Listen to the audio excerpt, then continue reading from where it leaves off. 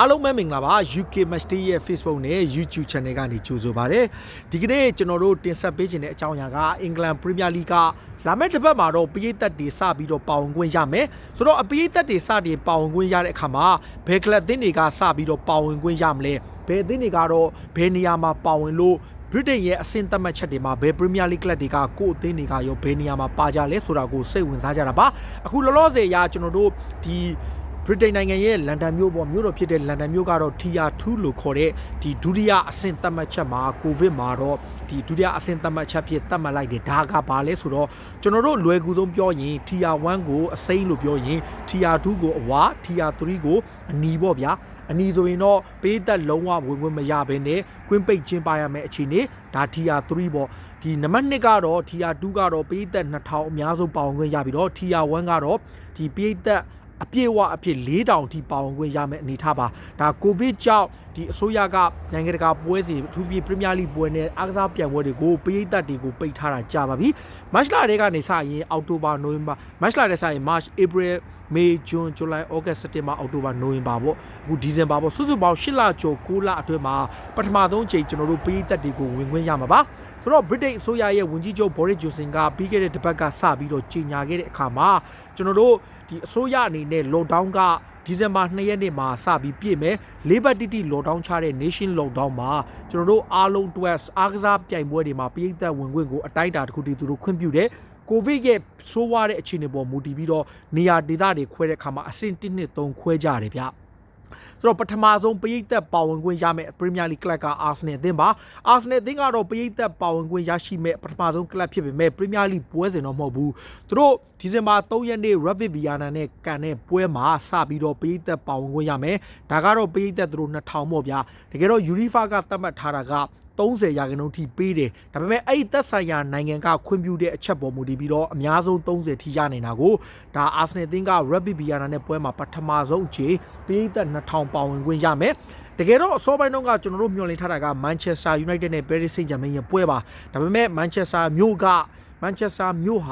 ဒီအစိုးရသတ်မှတ်တဲ့ British အစိုးရသတ်မှတ်တဲ့ Tier 3တဲ့ပါသွားတဲ့အတွက်အနီရောင်ဇုံထဲမှာတွားကြတဲ့အတွက်ကြောင့်ပရိသတ်မပါဘဲကွင်းပိတ်ချင်းပါရတဲ့အနေထားကြောင့် Paris Saint-Germain နဲ့ပွဲကို United ကပရိသတ်မပါဘဲမဲ့ Rapid Vienna နဲ့ Arsenal ကန်မဲ့ပွဲကတော့ပထမဆုံးပရိသတ်ပါဝင်ခွင့်ရမယ့်ပွဲအဖြစ်မှတ်တမ်းဝင်လာတာပါဒါပေမဲ့ပထမဆုံး Premier League ကန်ခွင့် Premier League မှာပရိသတ်ဝင်ခွင့်ရမယ့်ပွဲက West Ham ဗျခုလောလောဆယ်မှာ West Ham အသင်းကဒီဘယ်လိုပြောမလဲအဲ့ Premier League ရဲ့ပထမဆုံးပွဲဖြစ် Manchester United နဲ့ကန်ရမှာပါ West Ham ရဲ့ London Stadium မှာကန်ရမှာဗျဒီအဲ့နေ့ညနေ9:00နာရီခွဲမှာကန်မဲ့ပွဲပါစနေနေ့ရဲ့ညနေ9:00နာရီခွဲမှာကန်မဲ့ဒီဇင်ဘာ9ရက်နေ့ညနေ9:00နာရီခွဲမှာ London Stadium မှာကန်မဲ့ပွဲမှာ West Ham ကပရိသတ်2000ကို Manchester United ကိုသူတို့ရဲ့ London ကွင်းကြီးမှာဧည့်ခံရမယ်ပြီးတော့မှအဲ့ညမှာပဲနောက်ဆုံးပွဲအဖြစ် Chelsea က Leeds United နဲ့ကန်မဲ့ပွဲကို Stamford Bridge ကွင်းမှာပရိသတ်2000နဲ့လက်ခံကျင်းပခွင့်ရမယ်ပြီးတော့မှကျွန်တော်တို့ပရိသတ်တွေအနေနဲ့အခုလောလောဆယ်မှာနောက်ထပ်ဒီစိတ်ဝင်စားစရာအနေနဲ့ကျွန်တော်တို့ကြည့်ထားတဲ့အထက်မှာတခြားအကြောင်းအရာတွေလည်းရှိတယ်အဲ့ထက်မှာဒီစိတ်ဝင်စားစရာအနေနဲ့တခြားအခုလောဆယ်ပေါ်ပွဲစဉ်ဒီဇင်ဘာလအတွင်းမှာကျင်းပမယ့်ပွဲစဉ်တွေကိုကြည့်ရင်ကျွန်တော်တို့အနေနဲ့ West Ham က9နာရီခွဲပေါ့ကျွန်တော်တို့စံတော်ချိန်ညနေ9နာရီခွဲ United နဲ့ကန်မယ့်ပွဲပေါ့ဒါပေမဲ့မြန်မာစံတော်ချိန်ည7နာရီမှာကန်မယ့်ပွဲမှာပြီးသက်ပထမဆုံးပါမယ်ပြီးတော့မှ Chelsea နဲ့ Leeds United ရဲ့နနက်2နာရီခွဲမှာကန်မယ့်ပွဲကဒုတိယပြီးသက်ပထမဆုံးဒုတိယပြီးသက်ပေါင်ခွင့်ရမှာဖြစ်ပြီးတော့ဒီ Super Sunday ပွဲတွေထဲမှာမြောက် London Derby ကလပ်ဖြစ်တဲ့ Tottenham Hotspur နဲ့ Arsenal ရဲ့ North London Derby ပွဲကစပါးရဲ့မြောက်လန်ဒန်ကွင်းတီကြီးထဲမှာဒီပိတ်သက်ပါဝင်ခွင့်ရမှာဖြစ်ပြီးတော့လီဗာပူးကလည်းအန်ဖီကွင်းမှာဝူဗာဟန်တန်ကိုပိတ်သက်ပါဝင်ခွင့်ရမှာဖြစ်ပြီးတော့မန်ဒေးမှာကံမဲ့ဆောင်းတန်နဲ့ Brighton ပွဲကတော့ပိတ်သက်4000ထိပါဝင်ခွင့်ရမှာပါကျန်တဲ့ကလပ်တွေက2000စီပဲဗျဆိုတော့ဒီနေရာမှာကျွန်တော်တခုပြောပြချင်တာဘာလဲဆိုတော့လက်ရှိနေထားရ British အစိုးရကအခုဒီလိုမျိုး Nation Lockdown ကိုတလချထားတဲ့၄ပတ်ချထားတဲ့အချိန်မှာဒီဆိုးဝါးတဲ့ data တွေကိုသူတို့ကဘယ်လိုပြောမလဲဘလို့ပုံစံနဲ့ရွေးချယ်လဲဆိုတာကိုသူတို့ကရှိတယ်ဗျနံပါတ်1အနေနဲ့သူတို့ကအခု Premier League ကလပ်အသင်း20ရဲ့ဒီဘယ်လိုပြောမလဲသတ်မှတ်ထားတဲ့ Tier 1 2 3အဆင့်သတ်မှတ်ချက်ကိုကျွန်တော်တို့ပြောမယ်ဆိုရင် Arsenal အသင်းက Tier 2မှာပါတဲ့အတွက်ကြောင့်ဒီပြည်သက်2000ဝင်ခွင့်ရတယ်သူတို့ရဲ့ပထမဆုံးပြည်သက်ပေါင်ခွင့်ရမယ့်ပွဲက Rapid Vienna နဲ့ပွဲပြီးတော့မှအိမ်ကွင်းမှာကန်မဲ့ဘန်လီနဲ့ ဒီဇင်ဘာ23ရက်နေ့ပွဲရဲ့ဆောင်းတန်နဲ့ဒီဇင်ဘာ16ရက်နေ့ပွဲရဲ့ဒါအခုလောဆယ်3ပွဲပေါ့ so far ပါ Aston Villa ကတော့ Tier 3ထဲမှာပါတဲ့အကြောင်းပေးသက်မှာပါပဲကွင်းပိတ်ခံရမယ် Brighton ကလည်း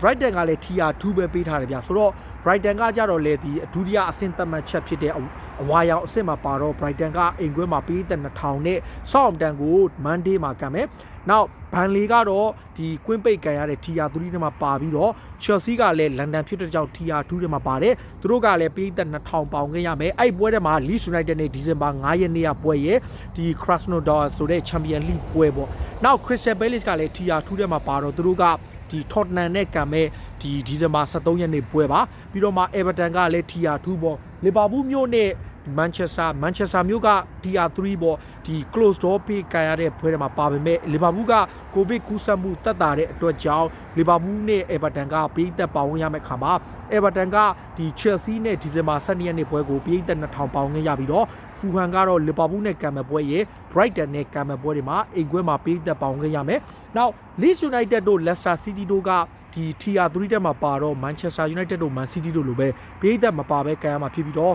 Liverpool ကတော့သူတို့ရဲ့ပထမဆုံး feature က Wolverhampton နဲ့6ရက်နေ့ပွဲရဲ့နောက် Tottenham Hotspur နဲ့ December 16ရက်နေ့ပွဲနောက် Manchester City Manchester United Newcastle United နဲ့ Sheffield United တွေအားလုံးကပေးသက်မပါပဲကွင်းပိတ်ကျင်းပရမှာဖြစ်ပြီးတော့ Southampton Tottenham Hotspur West Ham တို့ကပေးသက်2000စီကျင်းပခွင့်ရမှာပါစပါးဆိုရင်သူတို့ရဲ့ပထမဆုံးပွဲကဒီ North London Derby ပွဲပြီးတော့မှဒီ N1 နဲ့ဒီ Europa League ပွဲပေါ့နောက် West Brom ကတော့မပါဘူးဗျနောက် Wolverhampton လည်းပြည်သက်မပါပဲကန်ရမယ်ဆိုတော့ဒါအခုလောလောဆယ်ပေါ့နောက်တစ်ခုကကျွန်တော်ပြောပြချင်တာဘာလဲဆိုတော့အခုလောလောဆယ်ဒီ system လုပ်တဲ့အခါမှာ UK အစိုးရကနေအခုလိုမျိုး COVID